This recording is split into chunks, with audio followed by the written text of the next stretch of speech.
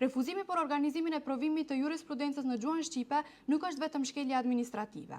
Në këtë fazë kemi elemente të përgjegjësisë penale. Pengimi i zbatimit të ligjit për përdorimin e gjuhëve nga ana e Ministrisë së Drejtësisë dhe personave përgjegjës përban bazë për përgjegjësi penale për keqpërdorim të pozitës dhe autorizim zyrtar.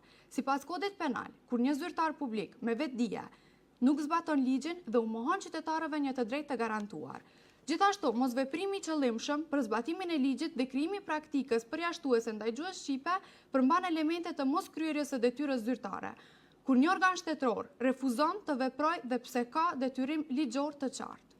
Për më tepër, kjo situatë po prodhon pasoja serioze shoqërore. Mohimi i së drejtës për përdorimin e gjuhës shqipe në një procedurë shtetërore, si provimi i jurisprudencës dhe relativizimi publik i kësaj të drejte, krijon klimë përjashtuese dhe përmban elemente të nxitjes së mosdurimit ndëretnik, që është e sankcionuar si vepër penale. Prandaj sot kërkesat tona janë të qarta.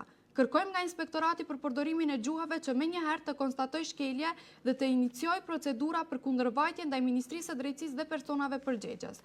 Kërkojmë nga Prokuroria Publike që të vlerësojë ekzistencën e elementeve për ndjekje penale, për keqpërdorim të pozitës zyrtare, moskryerjes së detyrës zyrtare dhe nxitje të mosdurimit ndëretnik.